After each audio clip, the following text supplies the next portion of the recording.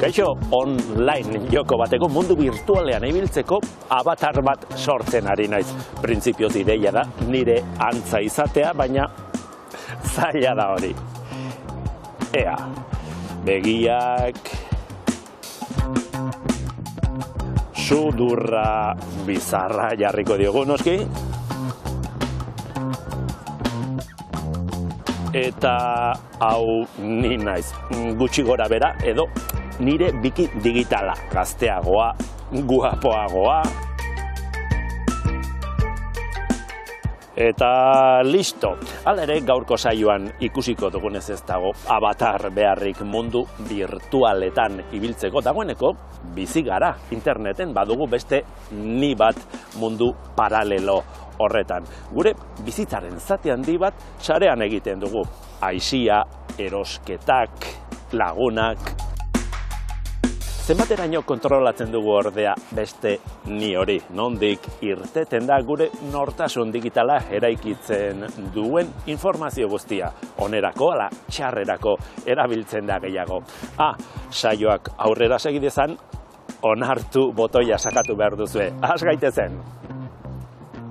James Halliday vio el futuro y lo construyó. Nos dio un lugar al que ir. Un universo virtual completo.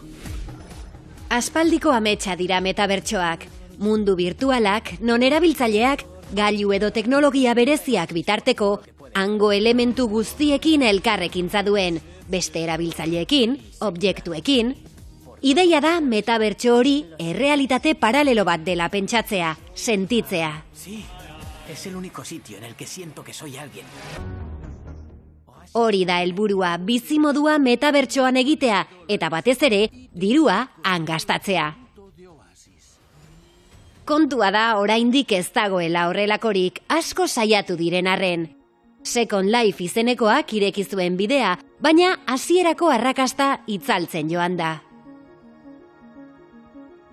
Gaur egun, hainbat bideojoko kantzeko zerbait proposatzen dute.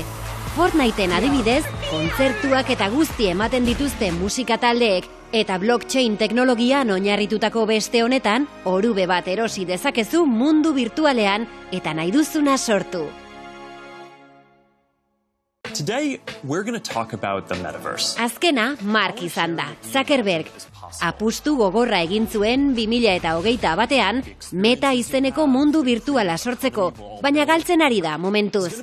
11.000 lagun kaleratu behar izan ditu, eta konpainiaren akzioak 160 jaitsi dira burtsan.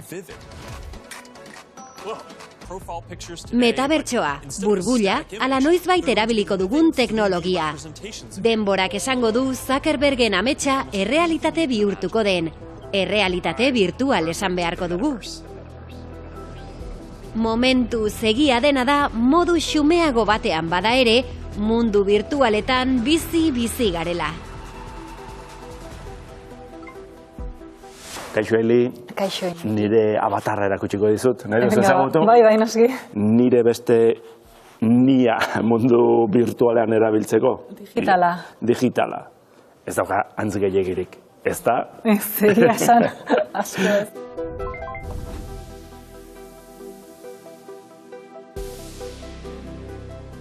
Zu marketing digitalean aditua zara. Badugu beste ni bat interneten?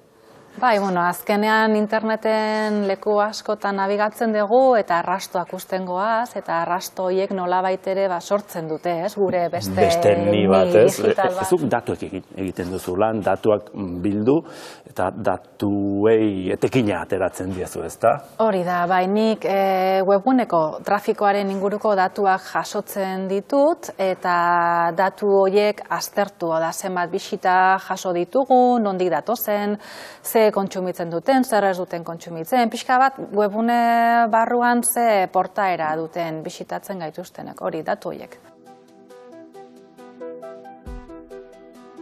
Interneteko orri batean sartzen garenean, agertzen zaizkigun kukiak dira, sarean diharduten enpresentzat erabiltzaileen datuak jasotzeko giltza. Datu horiek oso garrantzitsuak dira enpresa horientzat, sareko jarduera optimizatzeko negozioa hobetu dezaten. Baina pantailaren beste aldean, erabiltzaileei ohiko lekuetan errazago nabigatzeko aukera ematen diete. Hala, eroso sentitzen dira eta azkar sartzen dira leku guztietara. Pribatutasunari buruz segi dezagun hizketan, ezagik nire esperientzia pertsonala kontatuko dizut, ezta? Reportaje hau elkarrizketa hau prestatzeko gu trakeatzen edo jarraitzen ez gaituen bilatzaile bat instalatu nuen eta esperientzia gazi gozoa izan zen, ezta?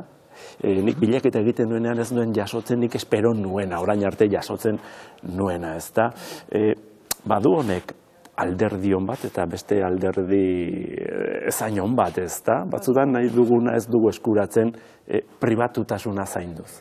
Bai, erosotasun hori galdu egiten dugu, azkenian ez gaitu ezagutzen, nolabait ere esateko, eta eskaintzen diguna ez dago gurera egokitua edo moldatua, orduan guk esfortzu handiagoa egin behar dugu, emaitza guzti horietan guk benetan nahi duguna bilatzeko, eta ez dakigu askotan nun egongo den, eta bestalde beste bilatzaile batzuetan, lehenengo, bigarren, hirugarren posizioan aurkituko dugu errex. Esfortzu bat egin behar dela, ez da? Baina, trukean gure datuak utzi behar ditugu. Utzi behar dira.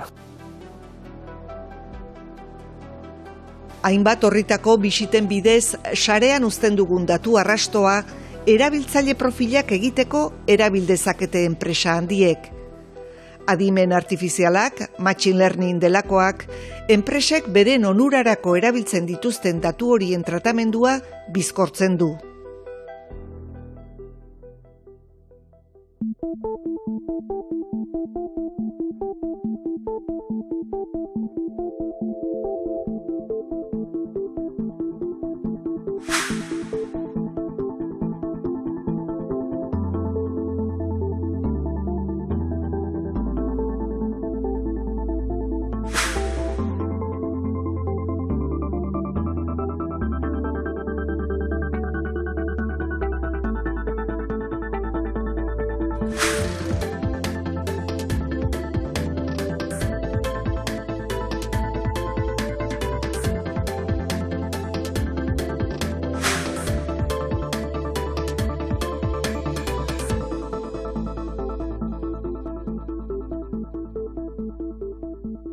Dokumentatzen ari nintzela, irakurri dut, datuak, informazioa, etorkizuneko petrolioa izango dela, ez da? Zer atera daiteke datu horietatik. Bai. Egia da hori? Bai, txampon bat dira, ez? Txampon digitala edo esan genezake, azkenean datu horietatik atera daiteke informazio asko, eta nire kasuan informazio hori erabiltzen dugu, batez ere pertsonen esperientzia nabigatzeko garaian positiboagoa edo erosoagoa izan dadin, eta datu horietatik ateratzen ditugun ondorioei esker ere negozioari begira, webuneak optimizatu, hobetzeko eta... Ona enpresentzat, ona erabiltzailearentzat, ez da? Hori da. Zer egiten duzu kukiak azaltzen direnean, edo proposamena egiten dizuenean, onartu, kudeatu...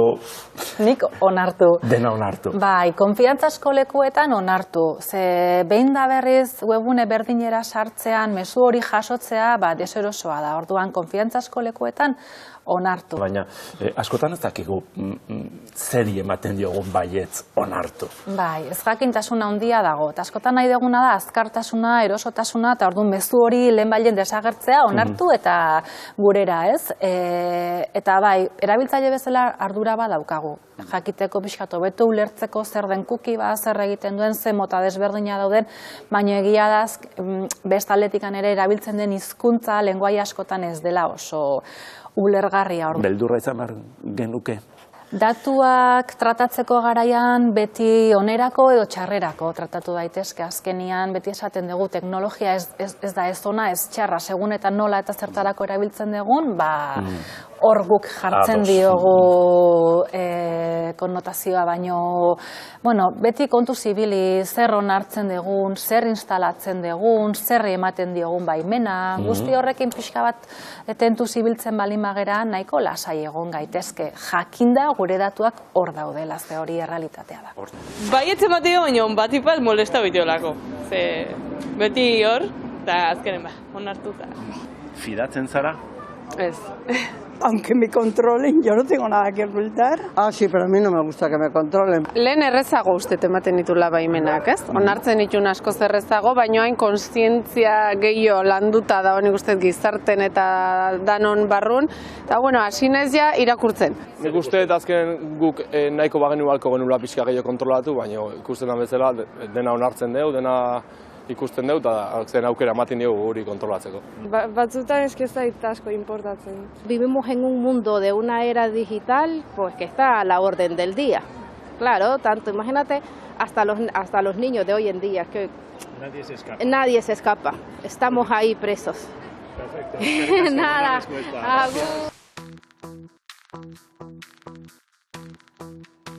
Keinu txiki horrek, interneteko edozein orrialdek proposatutako kukiak onartzeak alegia, hobetu egiten du erabiltzailearen esperientzia sarean, baina aldi berean, interneten jarduten diren enpresei, atea zabaltzen die pertsonen jarraipena egiteko ingurune digitalean. Gorka Julio pribatutasun digitalean aditua da, eta uste du jendea ez dela ohartzen zer eragin duen kukiak onartzeak. Edozein webunetan sartzen zarela, kukiak ez dira bakarrik trazabilidaderako tresna bakarra. Hor badaude beste hainbat tresna ere baliatu daitezkenak horretarako. Adibidez, edozein webunetan sartzen bagea eta partekatzeko Facebooken, edo Metaren orain, edo Twitter edo zabaltzeko botoi horiek ere, nolabait, trazabilidaderako erabiltzen dira. Publizitate eta datu kudeaketako enpresek besteak beste, erabiltzaileok sarean uzten dugun informazio hori guztia eskuratzen dute. Baina gure datuak noren eskutan dauden jakitea posible da. Badaude tresnatxo batzuk hori ikustarazteko eta bisibileratzeko eta jendeari arazo hau pixkat argitzeko. Hemen egin dut proba adibidez sartzen edabidez berdinen webunetan. Orduan, sartu naiz El Paisen eta adibidez aktibatzen ditu 1, 2, 3, 4, 5, 6, 7, 8, 9, 10, 11, 12, 14 trakeatzaile. Beste batzutara sartzen naiz eta gainera ikusten dira puntu batzuk nola batzen diren. Osea, batzuk horrek esan nahiko luke adibidez sartzen naiz Berrian edo sartzen naiz El Correo no Diario Vascon eta puntu batzuktan bai edabide batean sartu naizelako edo bestean sartu naizelako bietan agertzen da jarraipen tresna berdina. Zer esan nahi du horrek? Enpresa horrek badakiela ni egon naizela leku batean eta bestean. Edukiari jaramonik egin gabe kukiak eta pribatutasun politikak onartzen direnean, arrisku asko hartzen dira. Datu lagapena osoa, kasu batzuetan eta segun eta ze zerbitzu den ere sortu dugun edukiaren jabetza transmititzen ari gara zerbitzu horri edo enpresa horri, eta horrelakoak onartzen ditugu iaia konturatu gabe. Eta gero jarraipena eta trazabilidadea gure pauso guztiak sarean nolabait auditatua daude eta noski badakite zein jarraibide edo zein bide egin dugun sarean eta noski hori hor perfilado bat ematen da. Hau da, zure itzal moduko badaukazu sarean, perfil bat, zurea dena. Europa pribatutasun digitalaren gaia legeztatzen saiatzen ari da datuak babesteko erregelamendu orokorraren bidez. Erabiltzaileak espresuki baimendu behar du bere datuak erabiltzeko baimena, baina zaila da aplikatzen. Datuak eskuratu nahi dituen enpresak eskura jartzen du erabiltzaileak onartu dezan pribatutasun politikari buruzko testua.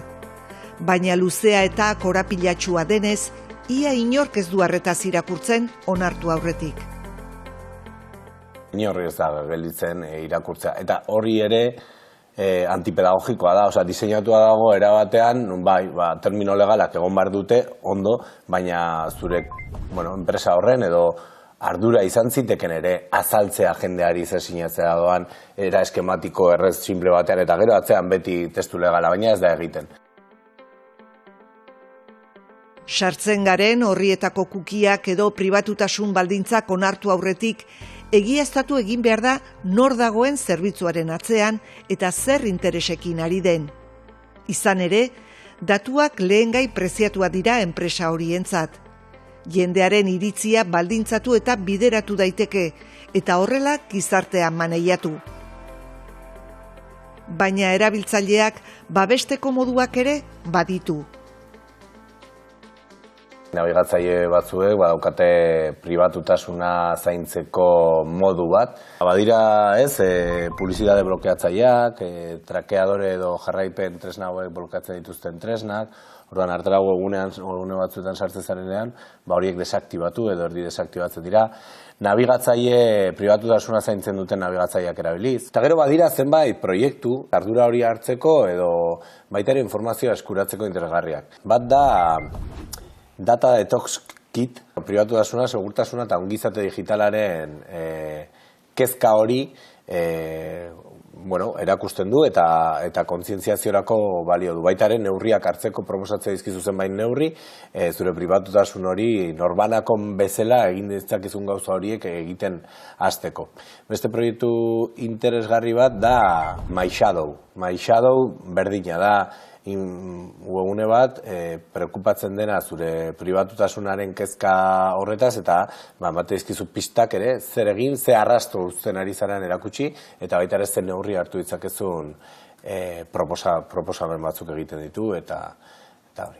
Eta azkena da hemen EFF-ek badauka webgune bat nun sartzen zara eta aztertzen duen zu nabigatzailea pribatutasunaren perspektiban zaintzen duen edo ez pribatutasuna. Gure sarea kontuan hartuta pribatutasuna norbanakoaren arazoa izatetik arazo soziala izatera pasatu da. Norbera babestea datuen babes kolektiborako urrats bat da.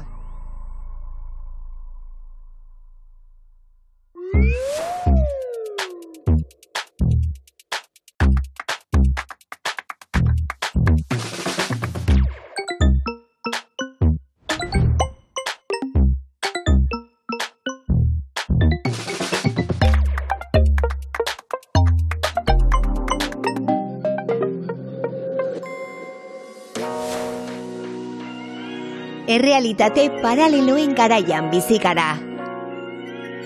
Guk gure ni digitala dugun bezalaxe, gero eta objektu, makina, zerbitzu eta prozesu gehiagok dituzte euren bertsio virtualak edo biki digitalak. Biki digital batek 3 osagai nagusi ditu. Produktu fisikoa bere erreplika digitala, eta oso garrantzitsua dena da bi hoien artean, mundu erreal eta virtualaren artean dagoen zubia, komunikazio zubia. Zeren eta produktu fisikoa eta digitalaren artean datuak elkarbanatu behar dituzte. Mundu errealeko datuak erabiliz, biki digitalei esker posible da produktu fisikoen portaera modu virtualean zehaztasun handiz simulatzea. Eta horrek askotariko onurak eskaintzen ditu. Arazoak zein matxurak aurre ikusi eta ekidin daitezke. Denbora eta dirua aurrezteko balio dezakete. Edota era jasangarriago batean bizitzeko aukera ematen dute. Hala, biki digitalak erreminta potente bihurtu dira sektore askotako enpresentzat. Eta horien garapenean lan egiten ari dira BRTA Aliantzako zentroak. Esaterako, igogailuen fabrikatzaileentzat tresna oso erabilgarriak dira euren diseinuak hobetzeko edo funtzionalitate berriak integratzerako garaian. Horretarako, Ikerlan zentro teknologikoan sortu duten honen moduko biki digitalak erabiltzen dira. Bi zatitan banatzen da. Alde bat didakagu igogailu erreal batean instalatua dauden komponentiak, izango zena bere kontrol sistemak, alde batetik maniobra, eta hemen igogailu barreneko botonera, pisuetara igotzeko, eta beste alde honetan dakagu biki digitala. Izango zena azkenean gure igogailuko kabinaren simulazioa, bai, igo eta jeisteko, bere abiadurak simulatzeko. Biki digital horren bidez, diseinu fasean garatutako funtzionalitateak probatu daitezke, balioztatu, igogailua fabrikatuta egon aurretik. Balioztatze fasea da igogailuen kasuan gehien luzatu ohi den fasea. Beraz, biki digitalak bereziki probetsugarriak dira denbora eta ondorioz dirua aurrezteko. Esate bateako, ahi baldin bagea gure igogailuaren ateen kontrol sistema probatu nahian, ez baldin badugu oraindik atea fabrikaturik, gure biki digitalan bitartez hasi genitzazke probakiten. Eta honekin lortzen duguna da, igogailuan benetan egiten dien proba horiek ekidin ezin badiare, hauekiko menpekotasuna jeistea. Baita ere, egoera arriskutsuak probatu daitezke. Hau da, goi-tentsio baten aurreak gure protekzio sistemak nola funtzionatzen duen probatu genezazke. Entorno digital batian, non errealian inezkeo gure komponente batzuk matxuratu daitezken. Ikerlanen, diseinu fasetik aratago, dagoeneko instalatuta eta lanean dauden igogailuen mantentze lanak optimizatzeko, biki digitalak garatzen ari dira baita ere. Orokorrean, biki digitalak erabiltzen ez zirenean, askotan mantenimentu preventibo gehiegizkoa egiten da. Bai, hori ondo dago, sigurtasuna bermatzen duzu, baina kosteak ez daude optimizatuta eta biki digitala erabili dezakezu, osagaien benetako egoera estimatzeko, eta ez bakarrik benetako egoera, baizik eta etorkizuneko degradazioa nolakoa izan daitekeen. Eta orduan, zure mantenimentua preventibotik prediktiborako bidea egin dezake. Kostuak aurrezten dituzu alde batetik, eta gero ere bai, osagai batzuen bizi iraupena optimizatu edo luzatu dezakezu. Eta horrela, ekonomia zirkularraren beste erronkarekin bat egiten duzu. Industria arloko produkzio prozesuetara salto egiten badugu, biki digitalek lantegien produktibitatea hobetzeko aukera eskaintzen dute. Baita erabakiak segurtasun handiagoarekin hartzea ere, ekonomikoki gutxiago arriskatuz. Izan ere, produkzio lerroaren konfigurazio desberdinen errendimendua edota makina berriak txertatzearen moduko aldaketek ekar ditzaketen ondorioak, era virtualean zehaztasun handiz neurtzeko aukera ematen dute biki digitalek. Lantegiak geroz eta automatizatuagoak eta konplexuagoak diran momentu batean, horrelako erramienta bat eukitzea geroz eta ezinbestekoagoa ikusten dugu. Beste erramientekin ez bezala, konportamentu dinamikoa oso ondo aurkez daiteke. Adibidez, ze gertatzen da lantegi batean, makina batek matxura eukitzen duenean. Zein da lantegi osoan daukan eragina. Edota bestalde, bi makinek batera robot edo portiko bati eskaera egiten diotenean, hor denbora galera batzu suertatzen dira beste erramienta batekin ondo ikus ez daitezkenak. Idekon, behar desberdinak dituzten lantegien biki digitalak garatzen dituzte. Hau esaterako, trenetako ardatzak fabrikatzen dituen lerro bat da. Biki digitala lantegia eraiki gabe zegoenean egintzen diseinuan genitun produkzio kopuruak betetzen ziala bermatzeko. Horretaz gain, behin lerroa martxan zeola, produkzio plan ezberdinak balioztatzeko erabili izan da, baita ere produkzio joera berriak bermatzeko edota ikusteko zein dan lerroaren konportamentua datozen produkzio eskakizunetako. Adibide bat izan leike, ardatz mota ezberdinek fabrikatu beharra eta ardatz horiek operazio berri batzuk eskatzen dute eta aztertu inbardana da lerroak nola erantzuten duen operazio berri hauetara. Ze suposatzen duen produkzio aldetik ardatz mota berriak fabrikatzea. Gainera, lantegietako makina kritikoak monitorizatuz mundu errealeko datuak jasotzen dituzte. Horiekin biki digitalak elikatzen dituzte, eta horrela modelo digitaletako portaera erabat errealista izatea lortzen dute. Garraioaren sektorean ere biki digitalek abantaila ugari eskaintzen dituzte. Autobusak, autoak, trenak sentsorez josita daude, eta horrek ibilgailuei buruzko informazio asko izatea ahalbidetzen du. Hala posible da une oro ibilgailuen egoera ezagutzea, eta biki digitalen bidez arazoak aurreikustea edota diseinuetan berrikuntzak probatzea. Azpiegiturei dagokienez berriz, errepideek eta trenbideek kilometroak eta kilometroak dituztenez, ez da bideragarria neurri berean sentsorizatzea. Eta hain zuzen ere, kasu honetan, ezintasun horri aurre egiteko dira erabilgarriak biki digitalak. Biki digitalek hor laguntzen digute, ibilgailuen informaziotik azpiegiturara salto egin ahal izaten. Gai gera nolabait ibilgailuak modelatzeko eta baita azpiegiturak ere, eta hortaz haratago bien arteko elkarrekintzan hortan zer gertatzen den ere. Aurrez jakin dezakegu azpiegituran zer gertatuko den, nola degradatuko den, ze matxura izan dezakeen, eta horren arabera mantentze lanen inguruan erabakiak aktualizateko, kostuen ahorroa izateko eta batipat erabiltzaile guztiontzat segurtasuna bermatzeko. Zeit teknologia zentroan garatzen ari diren biki digitalak, gehien bat trenen eta trenbideen mantentze lanei lotutakoak dira. Esaterako, trenen gurpilen eta errailen arteko elkarrekintza guztia daukate modelatuta. Aquí se puede ver una representación virtual. Hemen ikus daiteke trenbide batetik doan ibilgailu baten errepresentazio virtual bat. Hemen adibidez, bere abiadura ikus dezakegu eta gurpilek trenbidean eragiten duten indarra. Gainera, ingurune virtual honetan, trenetan instalatutako benetako sentsoreen bidez jasoko genituzkeen seinaleak jaso ditzakegu. Eta aukera ematen digu algoritmoak garatzeko eta akatsak detektatzeko gertatu aurretik. Para poder detectar fallos antes de que se produzcan. Esaterako trenbidean gertatzen diren akatsak, parametro geometrikoak aldatzen direnean. Bidaiariek kolpe edo trekitraka desatseginak sentitzea eragiten dutenak. Edo zartadurak detektatu ditzakegu arazo bihurtu eta trena bidetik atera aurretik. Beraz, produktu eta zerbitzuen segurtasuna hobetzerako garaian ere, erreminta garrantzitsua dira biki digitalak.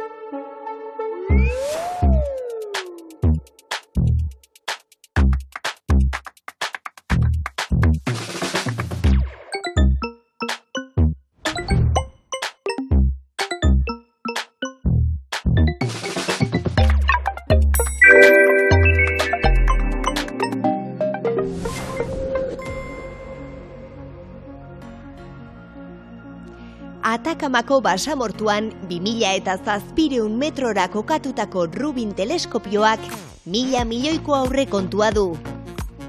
Asko da bai, baina gehiago izan zitekeen biki digitalak erabili izan ez balituzte.